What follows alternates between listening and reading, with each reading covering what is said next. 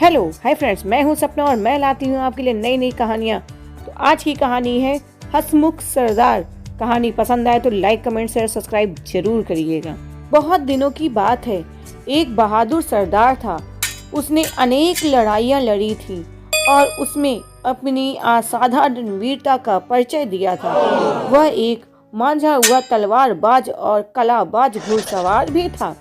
इतना ही नहीं, वह दिल का भी बहुत उदार था। वह सदा गरीबों और जरूरतमंदों लोगों की सहायता किया करता था।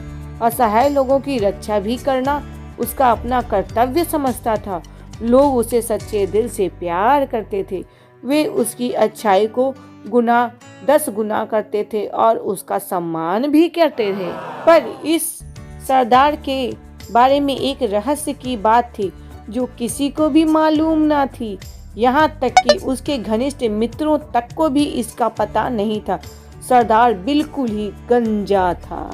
अपने गंजेपन को छिपाने के लिए वह बालों की टोपी पहनता था। यह टोपी उसके सिर पर इस प्रकार बैठ जाती थी कि उसके गंजेपन के बारे में किसी को भी रंच मात्र भी शंका भी नहीं होती थी और जान भी नहीं पाता था। एक बार सरदार अपने कुछ मित्रों के साथ जंगल में शिकार खेलने गया। वे अपने घोड़सवार पर सर पर दौड़ते जा रहा था तभी अकस्मात बड़े जोर की आंधी आई और सरदार के बालों की टोपी उड़कर कहीं जाकर गिर गई। सरदार के गंजेपन का रहस्य तो अब खुल गया।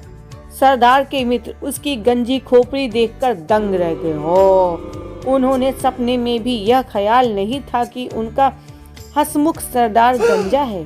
वे ठहाके मारकर हंसने पड़े।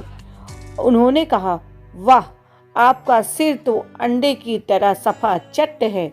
आप हमेशा अपने आप को जवान साबित करते रहे और हमें बेवकूफ बनाते रहे।